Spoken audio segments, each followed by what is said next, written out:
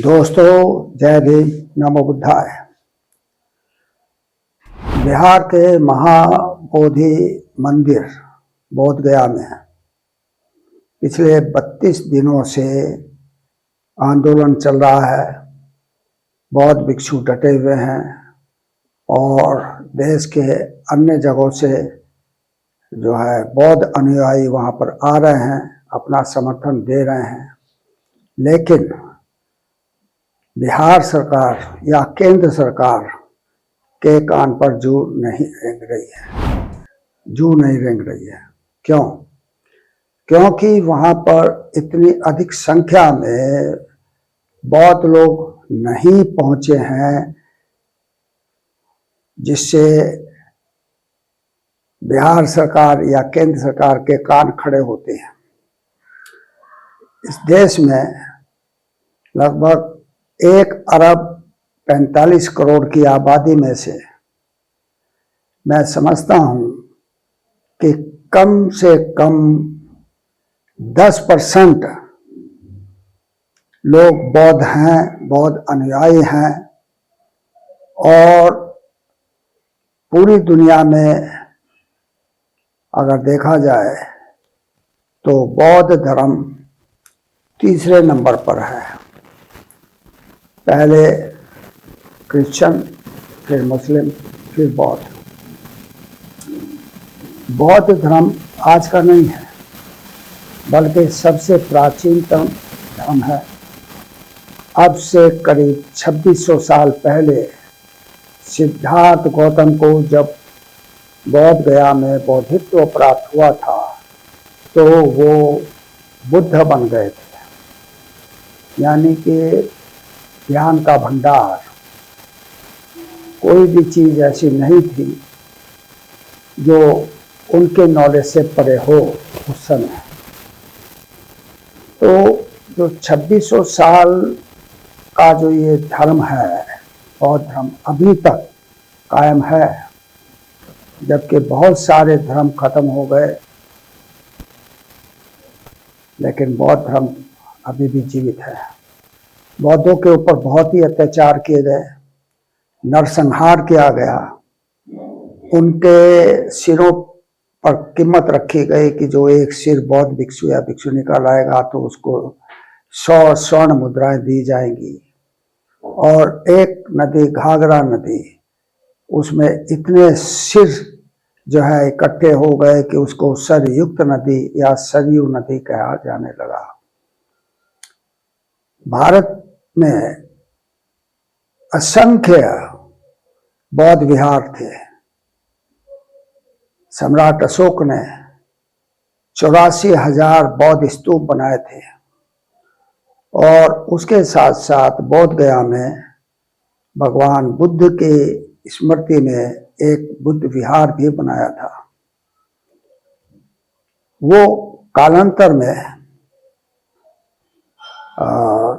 ध्वस्त होता रहा और फिर बनता रहा, ध्वस्त होता रहा, फिर बनता रहा। और अभी भी जो वो बुद्ध विहार है वो कायम है। वहां पर जो बोधि वृक्ष था, जिसके नीचे बैठकर भगवान बुद्ध को बोधित्व प्राप्त हुआ, वो भी कई बार उखाड़ा गया, खत्म किया गया, लेकिन आज भी वो बोधि वृक्ष वहां पर है। इसका मतलब यह है कि इस समय जो धार्मिक भावनाएं हैं हमारे देश में, जो बौद्ध धर्म के विपरीत है, और बौद्ध धर्म को वो पसंद नहीं करते हैं। क्यों? क्योंकि बौद्ध धर्म उनकी रोजी रोटी पर प्रहार करता है। जिसे सनातन धर्म भी कहा जाता है, जिसे हिंदू धर्म भी कहा जाता है। हिंदू तो कोई शब्द ही नहीं है और हिंदू कोई धर्म भी नहीं है, लेकिन फिर भी हमारे देश की जनता ऐसी है कि जो 3% लोग इस देश में है, जो वो कह देंगे बस वही सर्वमान्य होगा, उसी को सत्य मानेंगे, बाकी और चीज उनके माइंड जो है ख्याल से कुछ अर्थ नहीं रखती है। तो ये जो बौद्ध धर्म है, जब ये इतने समय तक कायम है, इसको खत्म करने की साजिश रची गई। इसे कहा गया कि भगवान बुद्ध तो विष्णु के अवतार थे, लेकिन भगवान बुद्ध तो अभी भी है। जो ये झूठ फैला रहे हैं कि विष्णु का अवतार थे, तो वो जितने भी हिंदू मंदिर यहाँ पर है हमारे देश में, उसमें भगवान बुद्ध की मूर्ति क्यों नहीं होती है? अगर वो बुद्ध जो है विष्णु के अवतार थे या हैं, तो सभी मंदिरों में बौद्ध भिक्षु क्यों नहीं रहते हैं? क्यों बौद्ध भिक्षुओं को नहीं रखा जाता है? इसका मतलब ये है कि धर्म का कोई मतलब नहीं है। जो ये 3% लोग हैं, इनके कमाई का धंधा है धर्म, जिसको ये हिंदू धर्म भी कहते हैं, जिसको ये सनातन भी कहते हैं। जबकि सनातन शब्द तो भगवान बुद्ध ने ही कहा था, एस धम्मो सनातनो, यानी कि जो धर्म लोक कल्याण के लिए है, जो धर्म भातृभाव के लिए है, जो धर्म प्रेम बढ़ाने के लिए है, वही धर्म सनातन है, ऐसा भगवान बुद्ध ने कहा था। खैर, ये तो 2600 साल का इतिहास बौद्ध धर्म को समाप्त नहीं कर पाया, लेकिन आजकल जो महाबोधि विहार को स्वतंत्र करने के लिए आंदोलन बौद्ध गया में चल रहा है, उसमें हमारे देश के लोग क्यों इतनी अधिक संख्या में नहीं पहुंच रहे हैं कि सरकार के कान खड़े हों, सरकार बेचैन हो जाए और वो 1949 का जो एक्ट, बीटी एक्ट था या है, उसको समाप्त किया जाए। 1950 में संविधान बनने के बाद में ये कहा गया कि इसके बाद जब से संविधान देश में लागू हुआ है, इससे पहले के जितने भी कानून थे, जितने भी मान्यताएं थी, वो खत्म हो जाती हैं और संविधान प्रमुख हो जाता है। तो फिर वो एक्ट अभी तक कायम क्यों है? क्यों नीतीश कुमार उस एक्ट को रिपील नहीं कर रहे हैं? शायद उनको वोट का खतरा है कि अगर वो इसको रिपील करते हैं तो शायद उनको वोट नहीं मिलेंगे।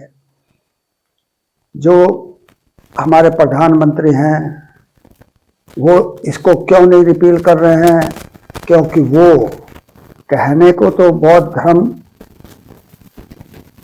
के बारे में कहते हैं जब भी वो विदेश में जाते हैं कि मैं बुद्ध की धरती से आया हूँ, लेकिन बौद्ध धर्म उनका जो है उनके संज्ञान में धर्म ही नहीं है। वो तो ब्राह्मणों के पाखंड में इतने डूबे हुए हैं कि प्रधानमंत्री होते हुए भी वो शायद प्रधानमंत्री का जो कार्य है उसको करने के लिए उनके पास 1 घंटा भी नहीं होगा, लेकिन मंदिरों में जाने के लिए, त्रिपुंड अपने माथे पर लगाने के लिए और समाधि लगा करके अपनी फोटो जो है कैमरे से लेकर के और सबको दिखाने के लिए, ये अभी जो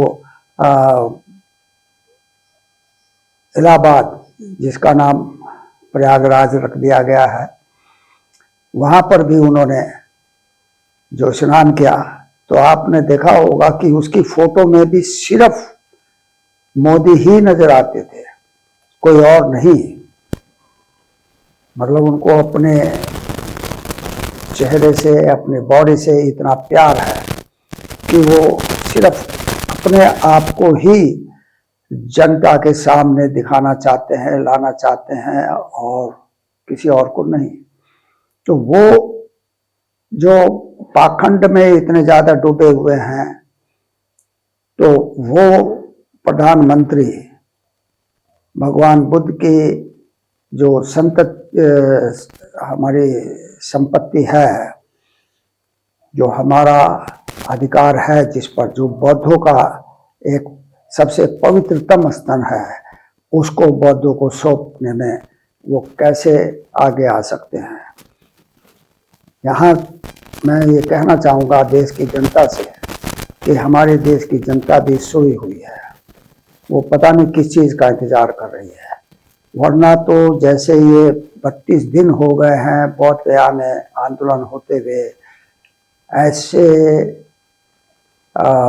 अवस्था में कम से कम भी वहाँ पर हजारों नहीं लाखों की तादाद में बौद्ध जन होने चाहिए थे, जो मांग करें कि भाई हमारी चीज़ हमें दो, हमारा बुद्ध विहार हमें दो, हमारी संपत्ति हमें दो, जो हमारी है वो हमें दो, हमें किसी और का नहीं चाहिए, लेकिन जो हमारा है वो तो दो।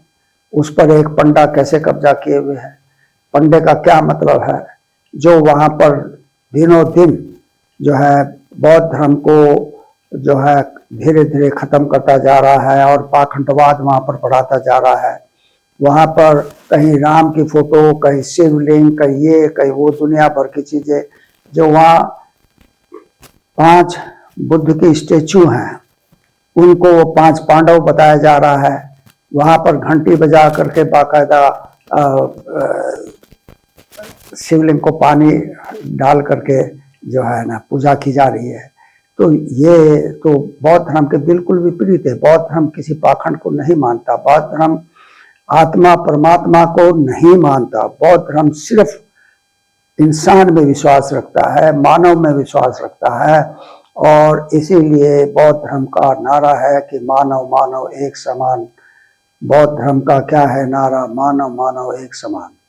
तो ये जो चीज़ है ये इसलिए है क्योंकि और जितने भी धर्म हैं वो मरने के बाद का आश्वासन देते हैं कि मर जाओगे तो तुम्हें जन्नत मिलेगी, तुम्हें जो है जन्नत स्वर्ग मिलेगा, तुम्हें हेवन मिलेगा।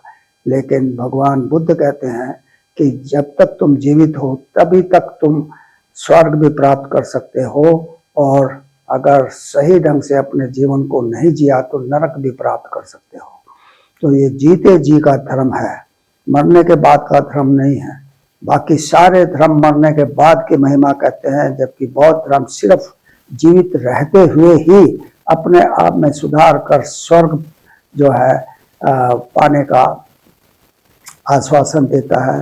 कहता है आत्मदीपो भव, अपना प्रकाश आप बनो, किसी के ऊपर आश्रित मत रहो, कोई दूसरा तुम्हारा स्वामी नहीं है, तुम स्वयं ही अपने स्वामी हो और तुम स्वयं ही अपना कल्याण कर सकते हो, कोई दूसरा आपका कल्याण करने वाला नहीं है। जितने भी पिछले 3-4 सदियों में जो भी विकास हुआ है विज्ञान के बल पर, साइंस के बल पर, वो सिर्फ इसीलिए हुआ क्योंकि बौद्ध धर्म विज्ञान सम्मत धर्म है। भगवान बुद्ध पहले ऐसे व्यक्ति थे जिन्होंने कहा कि प्रकृति समुत्पाद, यानी कि हर क्रिया की प्रतिक्रिया होती है। हर जो है इंसान या कोई भी चीज़ ऐसी नहीं है जो स्थायी रहे, बल्कि वो हमेशा चलायमान रहती है।